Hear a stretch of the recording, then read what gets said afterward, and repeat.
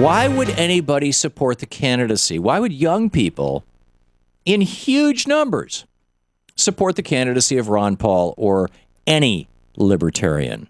I refer to libertarians as Republicans who want to smoke dope and get laid. And I think conventional wisdom is it's the smoke dope and get laid part that gets all the young people excited. I think that is, well, in fact, our guest, David Sirota, thinks that that's not only simplistic, but insulting. David, welcome to the program. Hey, thanks, Tom. DavidSirota.com, of course. You can find all of David's great work. He's a host on AM 750 in Denver in the morning, as well as a best-selling author. Your most recent book, in fact, is Back to Our Future, and a syndicated columnist. So, David, tell me why would anybody support? Why would anybody, a 20-something or even a 30-something, support Ron Paul? Well, I don't want to fully discount what you said about drug policy reform. Ron Paul is one of the only candidates who's run for president in recent memory who's got a serious shot at becoming president, who's talked honestly about the drug war, and I think there's something to that. I think young people, in particular, understand that the drug war, as it's being conventionally waged, is not a good expenditure of resources. However, simply saying it's just because of Paul's position on drugs ignores the really striking difference that we see in polls in terms of how young people feel about foreign policy. There was a new study out from the Pew Research Center which found that 2/3 of millennials, those are between 18 and 29 years old, say that relying too much on military force to defeat terrorism creates hatred that leads to more terrorism. And this is in stark contrast to the older generation, which has much more conventional views on foreign policy. Ron Paul has been one of the only candidates, if not the only candidate, to really make as one of the central parts of his platform the idea that militarism is not only a colossal waste of resources, but doesn't make us any safer as a country. And when you put that up next to young people's views that are much the same, and you start to see that perhaps foreign policy is a driving force behind why Ron Paul has such a followership among young people. So, we've seen throughout our lifetimes, and I think probably throughout the history of American politics, people voting for candidates on which, with whom they may disagree on many issues, and certainly the history of the modern day Republican Party is people supporting Republicans who are going to just economically screw them because those Republicans are have appealed successfully to a single issue, whether it's abortion or guns or God or gays or whatever it may be. That this foreign policy issue could be a single issue that would cause young people to ignore, overlook, not take seriously, or not even, really stop and pay careful attention to Ron Paul's positions on what the kind of America we would have, setting aside if we stop being empire, but beyond that. Yeah, I think it's a package of things. I think when people say, well, a young voter might say, well, listen, I agree with him on drug policy reform. I agree with him on civil liberties.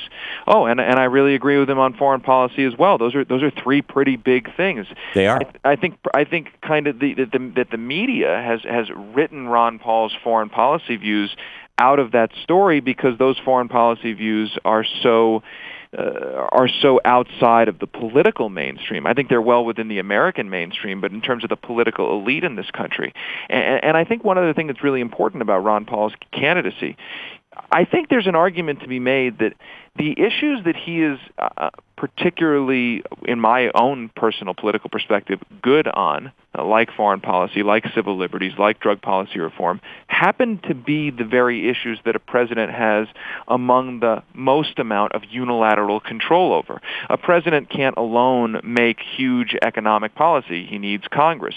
For better or for worse, a president can simply decide with the stroke of a pen on whether to go to war or not, and on how to use federal law enforcement agencies with respect to civil liberties. So I think there may be an understanding, a deeper understanding that say, well, listen, on the issues that a president can control, Ron Paul is actually not so bad. It's very interesting. Thomas Jefferson nearly brought down the Constitution in this battle that he had with Alexander Hamilton and others over whether or not we should have standing armies during time of peace. and the first draft of the Second Amendment, and you read his letters with Madison, where he was saying, I'm going to pull the Virginia delegation if you don't do this. The first draft essentially said, there shall be no standing army during times of peace. And in order to protect the public good, and then the language of the Second Amendment, in order to have a well-ordered militia, the right of citizens to bear arms shall not be abridged. The idea being that everybody would basically be a member of a National Guard kind of thing, where they show up for training for a week or a year, and then and in fact, George Washington had the first mandate was that you had to buy a gun if you were in the militia. I mean, it's during his administration. But Jefferson, when he came into office, he inherited an army that was 300,000 men strong. And by the time he left office 8 years later, it was down to 6,000 men. I mean, he just whittled away that army, and because he just thought it shouldn't exist during times of peace. He was kind of the Ron Paul of his day in that regard. Yeah, and again, I want to be clear. I don't subscribe to Ron Paul's economic orthodoxy at all. But I do think it's important to acknowledge that, especially on matters of war and peace, in which Ron Paul has been so crystal clear and has made so central to his candidacy, understanding that in the context of the modern American presidency, where those decisions are made, unfortunately, in my estimation, almost unilaterally by the president himself or herself, it stands to reason that young people are saying, listen, I don't like either of the parties right now. I'm not happy with either of the parties. But hey, here's one guy who is real serious about getting us out of war, and right. if he gets elected, he has the unilateral authority to do that. But virtually the entire Progressive Caucus, which is, I believe, all Democrats right now, and typically always has been, in the House and in the Senate, virtually that entire caucus is pretty much in line with Ron Paul's perspective on the war on drugs, and in line with his perspective on foreign policy.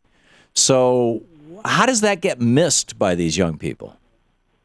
Well, I don't think it's missed. I mean, I think the fact is that the Progressive Caucus is very different from the Obama administration. The Obama administration has been as bad in many cases, or even worse than the Bush administration on some of these key questions. I mean, look, the Bush administration. Let's take civil liberties just as one example. The Bush administration asserted at that time unprecedented right to indefinitely detain American citizens if they were accused of terrorism. The Obama administration has now asserted the right to execute American citizens in the same circumstance, and did so just a few weeks ago. Exactly, which makes indefinite detention seem like a cakewalk, which is incredible.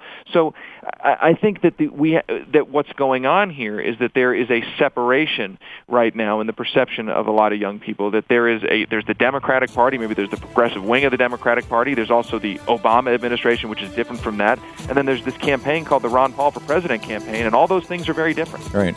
In the 10 seconds we have left, David, do you think that Ron Paul will run as a libertarian when he loses the Republican nomination? I don't think he'll do it. I would like to see him do it. I think it would bring real issues into the general election.